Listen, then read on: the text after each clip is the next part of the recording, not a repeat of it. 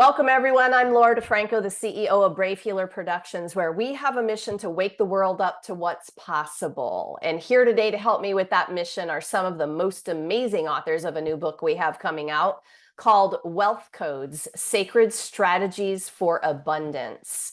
So Jen P. Sano, our lead author, thank you so much. We would not be here without you and your mission to redefine wealth. Honestly, this topic today is juicy, y'all. And I cannot wait to introduce you to the authors I have to talk about this topic today. Christina White is a certified classical homeopath with a passion for sharing how homeopathy can be used in our homes for our vitality and for the vitality of our pets and gardens. Meredith Sims is a financial advisor specializing in financial planning and socially responsible investing. She has always been interested in how we can use money as a tool and platform to support living a fully expressed life. And Scott Holmes is an intuitive energy healer, author, and speaker, changing the world one healer at a time. Welcome, you guys. How's it going? Good morning. Yeah. I'm excited to have you all. So let's start this party off with Christina. Tell us about your amazing chapter. Okay. Well, I'm in chapter 19 under vitality, and it is sharing secrets of homeopathy. And in the chapter, the reason I did this chapter is because of my own life experiences. I came into homeopathy from a very different space. I used to be in banking. And I had a series of events in my life happen that made me really take a stop. And I literally had no choice but to stop. I had an accident. You'll hear about that in the book, in the chapter. And I had lots of different things going on, both physically, mentally, and emotionally. And I was kind of a mess, I have to admit, in a nice way, right? In a positive way, not a bad way. And I was like, you need to stop and you need to pay attention. And in the book, I found a homeopath who was an amazing woman. And I went to her and we sat down and we had this beautiful conversation around all of the things that was going on in my life, including the accident, right? And she gave me I'm sorry, how to explain it is like, she just really taught me, which is what I want to teach people, how to look at our mentals, our physicals, and our emotionals together, right? Everything was so separate in my world. Health was, kind of a thing that was nice to have, but I was so busy working. And so she really taught me how important health and vitality was. And that's what I brought into this chapter and into the book. And in the strategy exercise, I teach people actually how to look at their mentals, their physicals, and their emotionals. So the messages from their inner self, and how to actually look at their events in their life and how those are connected to those things. And so it gives them the ability to create a timeline from a homeopathic perspective. So it's kind of cool because I'm hoping to teach people to be their own homeopaths, right? To some extent, like, how can you see all these events and how can you tie them together? And then how can you learn about the remedies that will actually help them in the healing journey? So I comment on me being a mess as a positive thing, because I saw it as like, wow, I need to stop, and really learn to live my life. And so I want to bring it to as many people as I can, and I want to demystify it. People kind of don't know what homeopathy is. They use it for bumps and bruises, but you can use it for so many other things. And it's so healing and it's so gentle, and it's become a huge passion for me as to why aren't more people using this. So that is why. Well, I love that we started off with vitality. And I forgot to mention earlier that in this particular book, we have categories: money, relationships, freedom, vitality, and spirituality. So essentially, I'm going to be speaking with all of the authors today about the way that we are redefining wealth and abundance in this book through all of the ways, right? So vitality. So back to you, Christina, with homeopathy. So I am a dabbler in pretty much anything that you've heard of on the planet. So homeopathy and acupuncture were a combo for me for a lot of times, and used a little bit with my children in the beginning for things because I wasn't going to run to the doctor for antibiotics one more time. So what else do you want to say about that in terms of, I don't know, really the foundational way that we can keep ourselves healthy, but without invasive chemical, you know what I mean? Yep. Yeah. It's you can do so many things with a simple kit. So we have what's called homeopathic home kits, which, Laura, it sounds like you're probably already, you may have one, and you can take that and you can use that for things like digestion. You can use it for the health and vitality of your kids at home, for things like anxiety, even for children, like, just stress day to day. So you can use it for stress. You can use it for physical things. You can use it for, when you're at home, actually, you can also use it out in the garden, as you mentioned earlier. You can use it to strengthen the food. So homeopathy, people look at very separately, and really these remedies can be tied across the board. So you can use it for humans, you can use it for animals, you can use it for plants. So if you're trying to strengthen a human, right, you can give them a particular remedy. If you're trying to strengthen a plant, you can give them the same exact remedy if they match that kind of profile, and the same thing for animals. So it's not something that has to be, it's very inexpensive. It's very safe. It can be used with conventional care. So like you mentioned, you're trying to avoid conventional things in some aspects, but you can use it with conventional care. You can use it with acupuncture. You can use it with Reiki. You can use it with anything, and you really can bring up the human or the being's overall vitality so that they're less susceptible to things that, that we have in our environment and that we have, day to day, that we even have in our food. Like we have homeopathic remedies. If you're food sensitive, there are certain remedies that can be taken and things like that. So it can be used for so many things, and it can be used collectively, along with other things. So it doesn't disrupt other people, their vitality, if they are using, medicines and things like that. All right, you guys, stay tuned to hear more from Christina. Let's talk to, who's next? Meredith. Tell me about your amazing chapter now. Well, my chapter was a bit of a surprise. It's chapter 2 in the money section. That's not the surprise. Creating a world in which we all prosper. It was a bit of a trip down memory lane, which I was not expecting. But what I understood from that in the story piece is that I was really looking at some of the events in my childhood that informed how I think about money, but also how I relate to the things that are important to me, which is the environment, nature, adventure, new experiences. And that process was interesting and very much coupled to the tool that I have in the chapter, because one of the things that I'm really interested in and engaged with my clients is this idea that, we have to get back in touch with what makes us happy, because it's so easy to be on the hamster wheel of making money, spending money, exchanging money, saving money, without that having any connection whatsoever. What really do I want to have in my life? What lights me up? What do I love? And it's very easy to have lots of structures in place, whether they're from our past or just the process of growing up, that inhibit our relationship to what we love to do. And money is there as a tool to allow us to live our most fabulous life. And sometimes where we're using our money is not aligned with that. And so the tools in the chapter, not my usual kind of how-to practical tools, but more of a process of journaling to get a deeper understanding of, what our money stories are saying about how we feel about ourselves, what they're saying about what we value in life, and is that a match to what we really value? I appreciate you talking a little bit about the writing process itself and the surprise, that you were in the middle of. And I appreciate all of you for, whether you knew it or not, what you were getting into in terms of having that be a healing moment.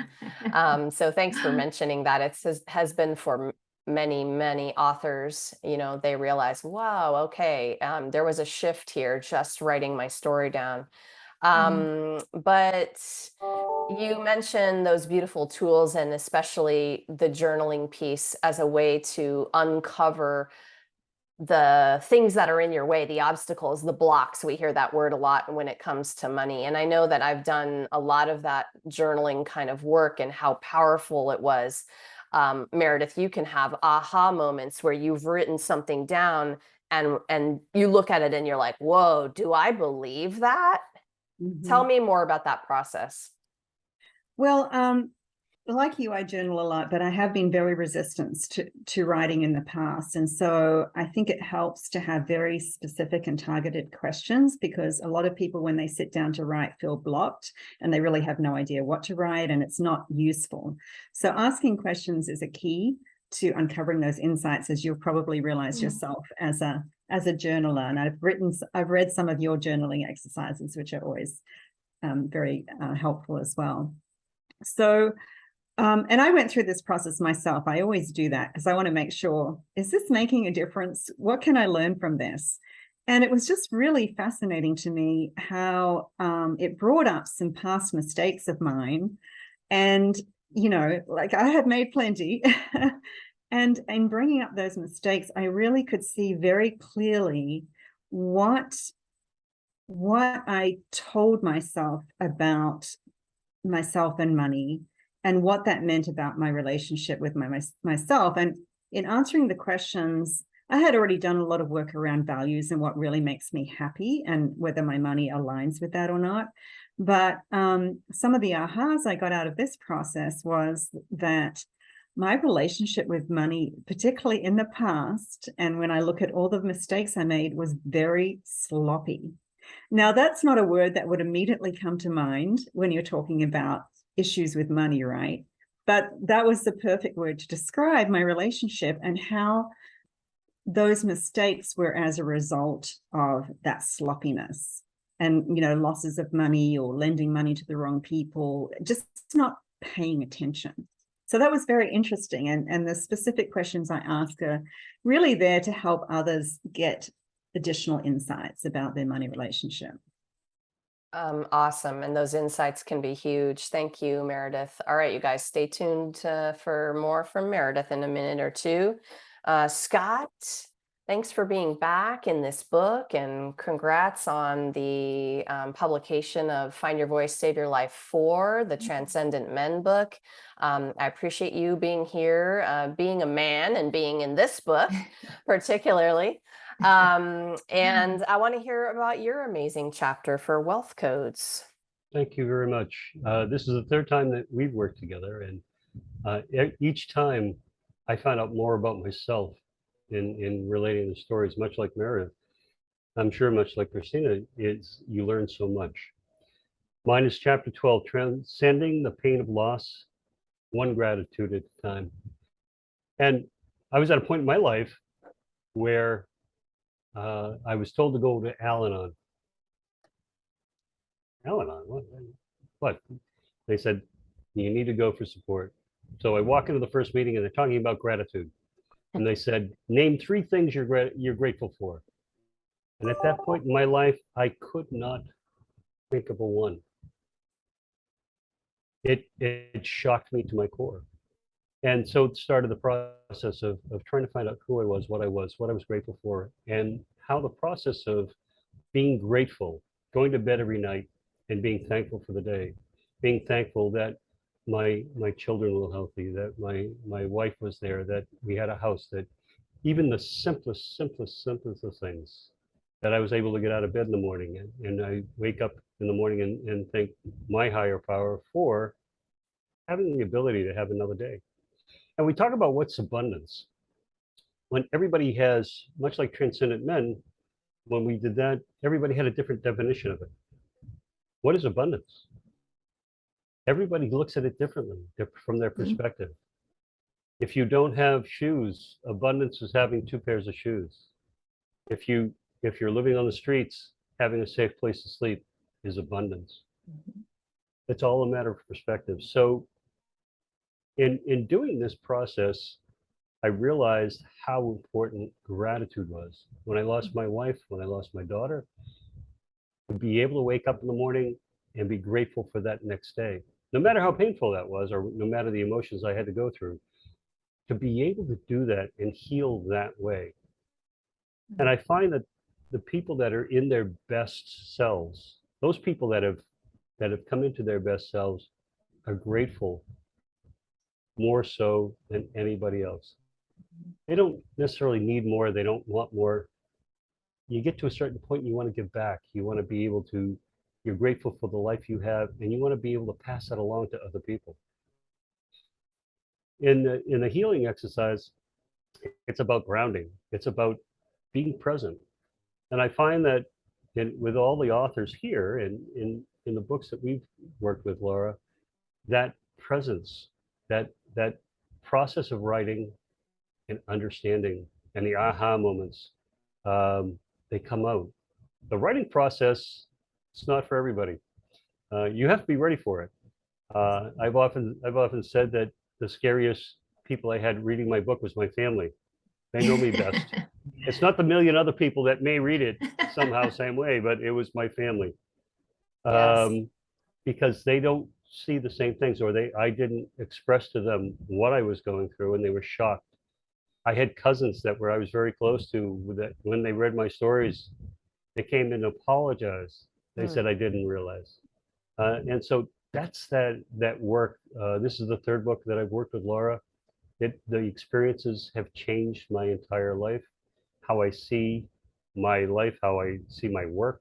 It's made me kind of grow up into the work that I do through Reiki, polarity, speaking, just in the collaborations that we've done, and the number of people that have been introduced into my life. I would never met Meredith. I would never met Christina if it wasn't for this. That's, at this stage in your life, you don't always meet really wonderful people, amazing people. You meet through work, you meet through because your next door neighbor. But in this work that we do as writers, Laura has brought together some of the most amazing, fantastic, intelligent, thoughtful people, not just writers, but people. And she's done an amazing job, and I can never give her enough credit for that, because we don't get a chance to do this very often.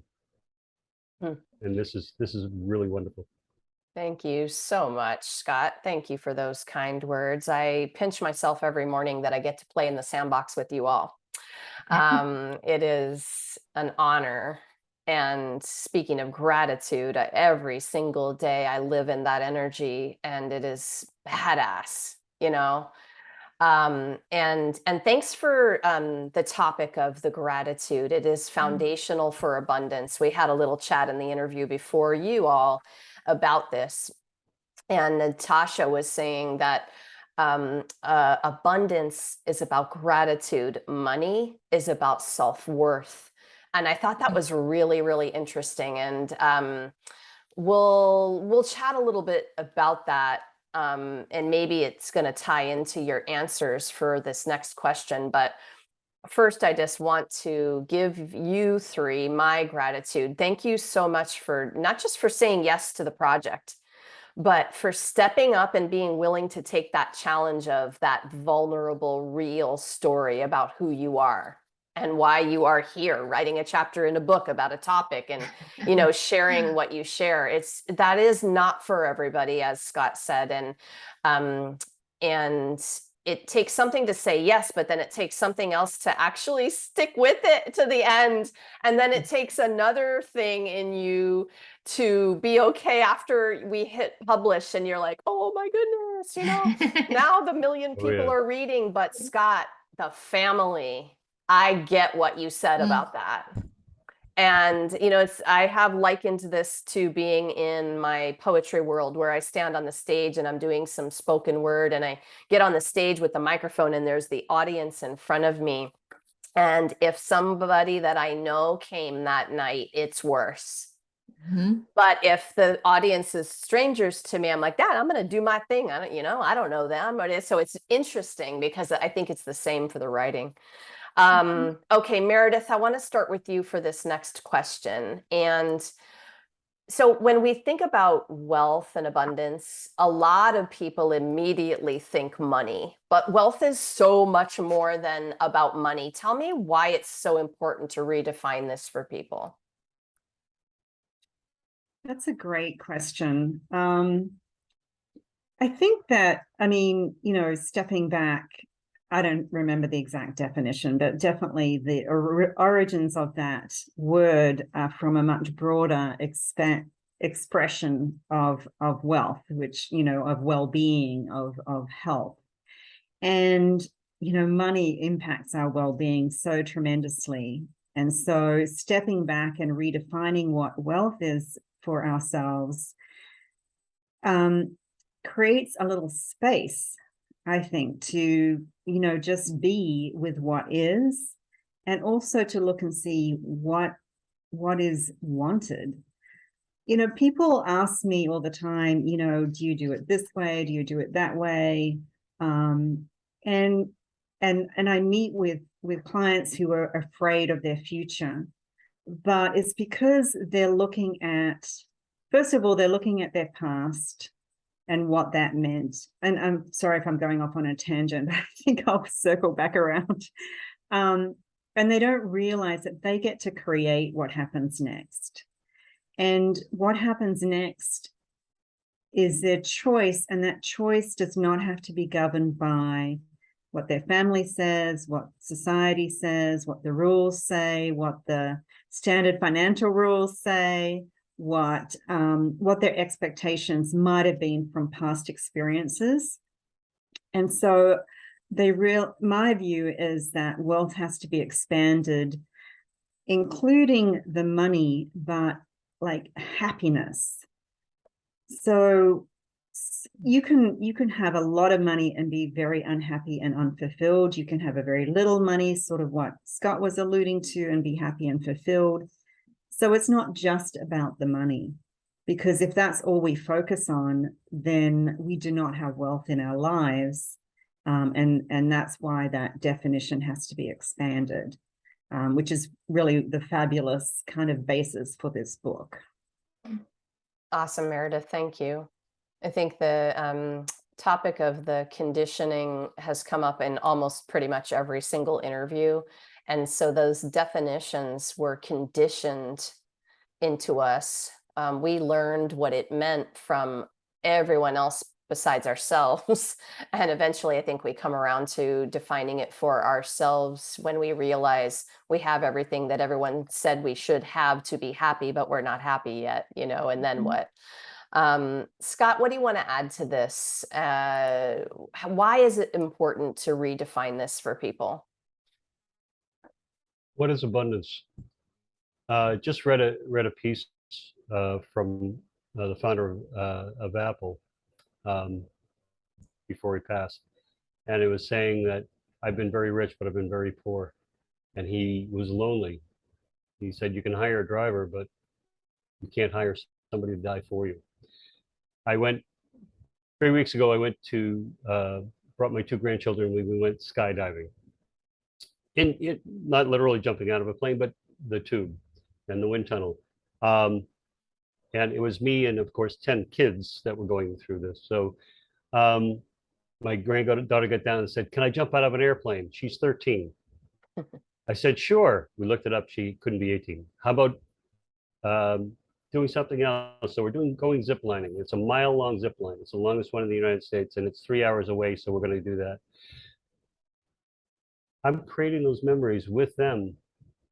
It's not the money, it's the experience. They're going to carry that understanding, that memory for the rest of their lives.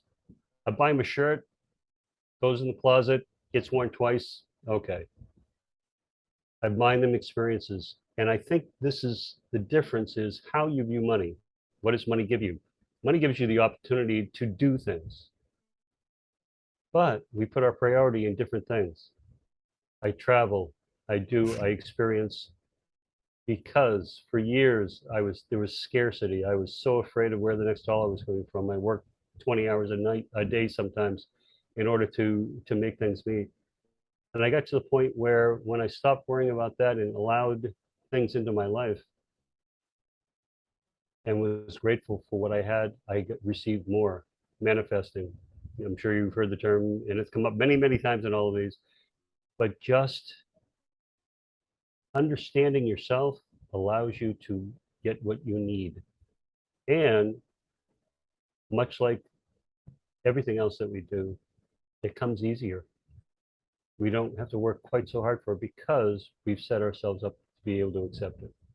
So abundance is that. It's being present with you, being allowing yourself, and putting what the priorities are in your life. And it's very, very easy because you're much more joyful about it. You're much more happy. It's easier to be grateful when you aren't suffering. Ain't that the truth? Thank you, Scott. All right, Christina, how do you want to add to this conversation? Why is it important that we redefine this for people? Well, it's really interesting because my section is on vitality. And when I first was entered into the book, we talked about going into the freedom section. And when I started to work through the writing process, I was really fascinated by the fact that, yes, I had looked at homeopathy as, health, right? That's the basics of it. But I also looked at it because it was where I stopped in my life and I found a different way to quantify wealth, right? I wasn't really focused on, like you folks were talking about, I was very focused on the monetary because that's how I was raised. You go and I went into banking, right? So, which is really against my grain. I knew, but I wasn't really paying attention.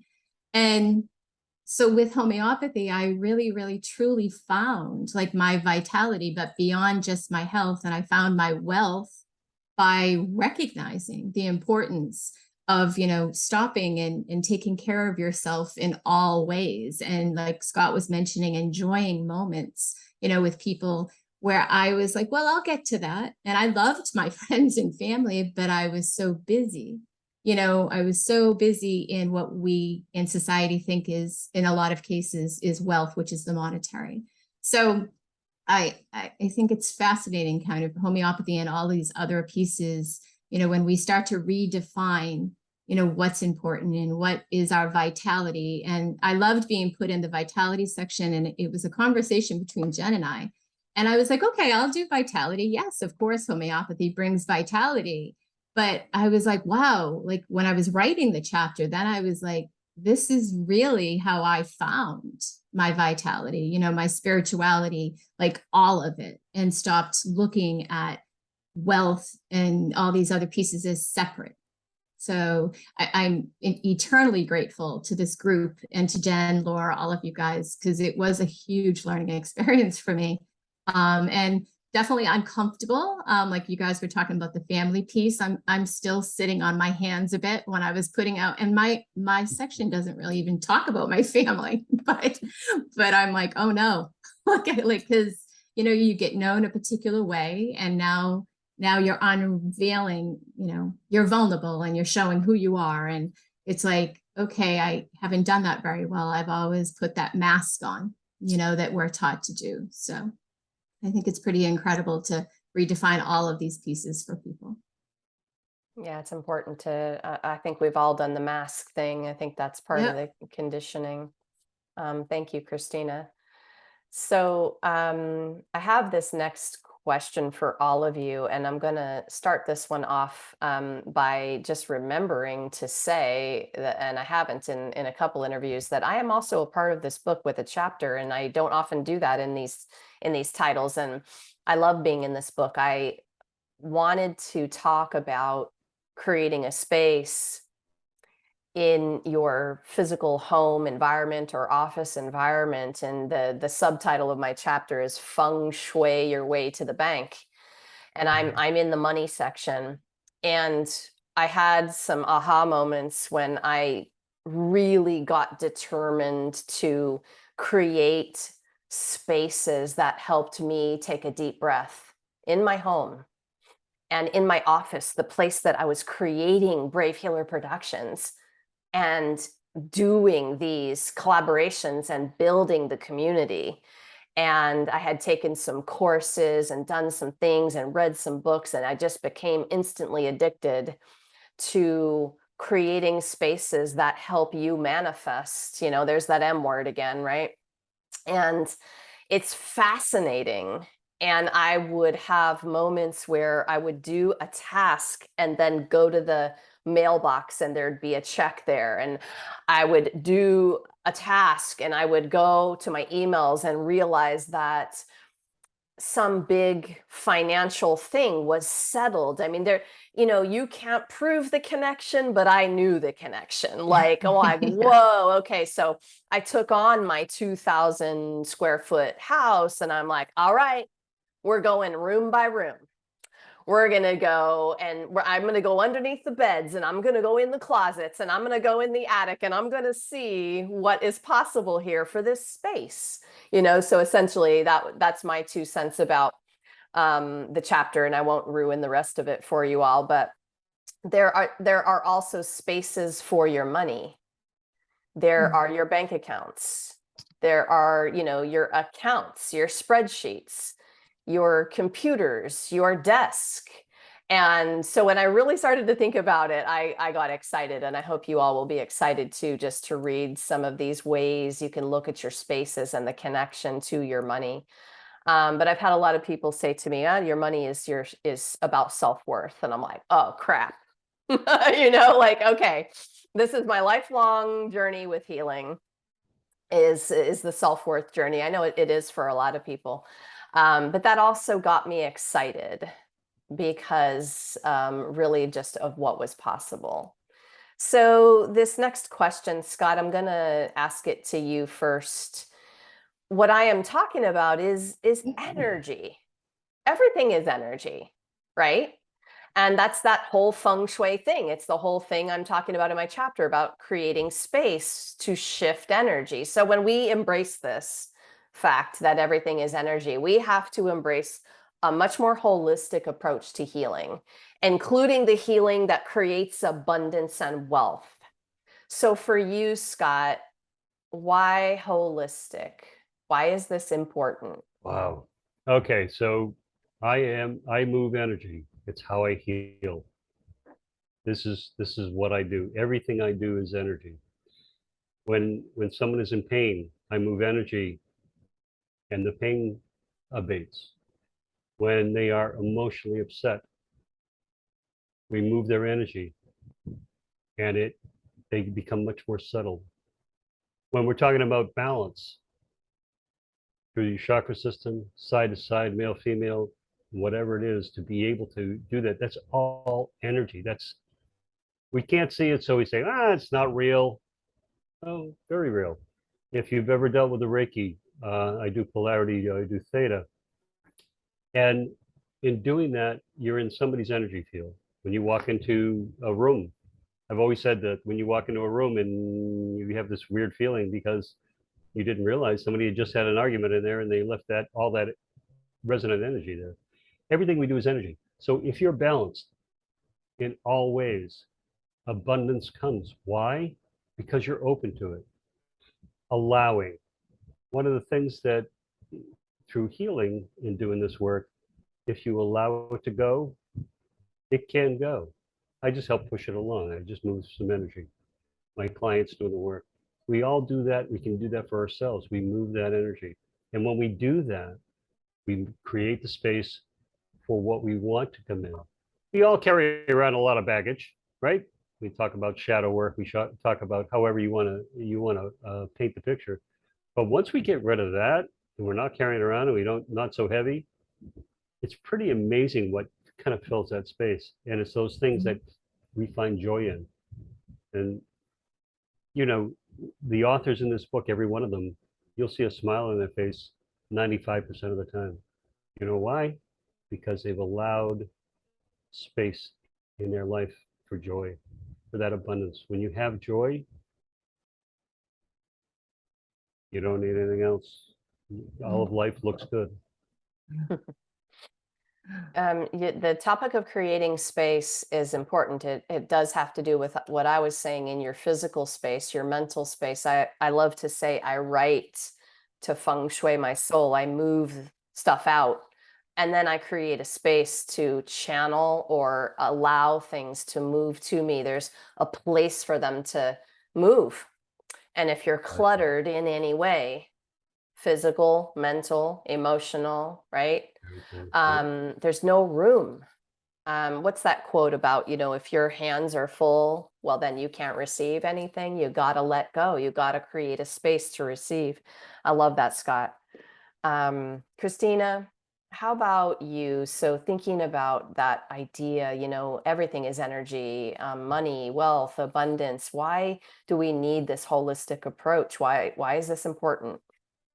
Well, homeopathy is energy, right? So it's interesting, homeopathy, when I explain homeopathy to people, because it's a bit of a mystery sometimes, I explain to them it's a little bit of a cross between, you have herbalism, which is the actual plants, right, that they can be made from, just as an example.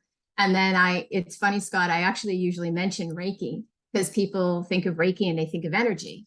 But they don't think of energy when they think of homeopathy unless they're really they're familiar with it. So I say it's a little bit of a hybrid between herbalism and Reiki, and it is all about the energy, though. So the remedies all have, like us, right? They all have their energy profile. Sometimes it's like a footprint, people will call it. And so when you're working with a person energetically, and you're sitting with them and having a discussion about, who they are, what's going on, and creating their profile, you're matching that profile to the plant that, you're matching it to the actual remedies that are out there. And when you put the two together, really the job of the remedies is to help that person or that animal or that plant realign. And that's because we've matched the two energies together. So when I first came across it, I was absolutely amazed, and I'm still amazed when I work with people and with myself, just about the energy and how it will flow and how you can see it stop. Like you mentioned also, Scott, if folks aren't ready to let that energy flow, we'll see where the remedies don't work. And they'll be like, well, why is the remedy not working? And, it's just a fascinating thing. But once you have the energy and you have that flow, then people have their abundance, and they have their vitality and their health. So every day I'm amazed by it. Energy is an amazing thing. It is. We're going to address the topic specifically. And so I know Jacqueline Kane will be super happy for this shout out, but the energy medicine solution is going to be published in a bit too. And we're going to do one next year as well called the Energy Medicine, the Energy Healers Oracle. My friend Angela in the UK is going to head that one up. So it's important to talk about this topic in all of the different ways. And I love hearing how all of you are using your unique voice and your experiences, your stories, and then your master teachings, right? In the way that you are expressing them. That's the way this one reader might need to hear it to have their aha moment. I appreciate all of you for that. Just, being brave and being willing to be that unique voice. Meredith, you are going to close us out today on this topic of energy and this holistic approach to wealth and abundance. What do you want to add? Well, I think you've all said it so well. I mean, Scott, Christina, and yourself. I mean, our space, our physical. I mean, we're physical, we're mental, we're emotional, we're spiritual. And money, just taking that one narrow definition, is just one facet of wealth.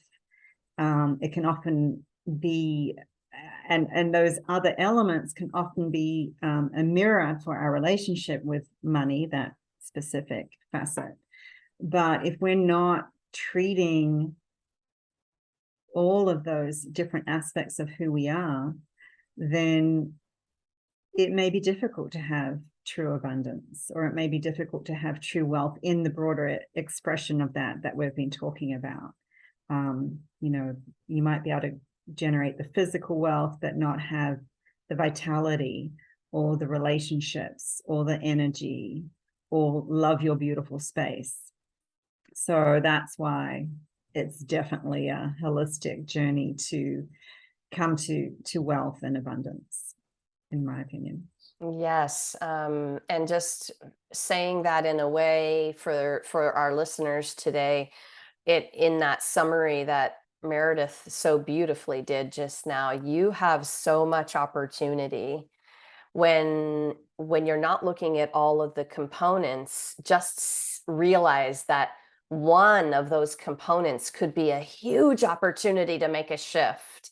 And if you hadn't been looking at vitality before now, or freedom before now, or your relationships before now in terms of wealth and abundance, get ready, because a one little shift in that one area, guess what? It affects all the other areas. That's why I get excited about this, because there's so many opportunities for people. Authors, thank you so much for what you do in the world and for being here today to share it with everyone. Thanks, guys. Thank you. Thank you. Laura and Christina and Scott, and Thank thank you, you. Jen Pisano. Thank you, guys. Yeah, you all, I know our listeners have heard you all say something today. Maybe they are just buzzing or curious, or something resonated, or they had a little moment when you made a comment about this. And so I want everyone to know that if you just scroll down to our show notes, I have all of these authors linked up with their websites. And I want you to go down and have a little click, take an exploration. They are all very generously there for you to take the next step. They're there to answer questions and support you and give you some resources. So check them out. They are up to some very awesome things in the world. And remember that you are invited to our join our live stream launch party, book launch party on August 26th at 10 a.m. Eastern. We're going to be with all of the Wealth Codes authors to share their wisdom on the Brave Healer Productions Facebook page. I've got you hooked up down below with that. And if you happen to be listening to this interview after that date, well, that means you got to get over to Amazon, because the book is ready for you and you can grab your copy and start your amazing journey today. So lastly, today, everyone, remember, your words change the world when you're brave enough to share them. It's time to be brave. See you next time, everyone.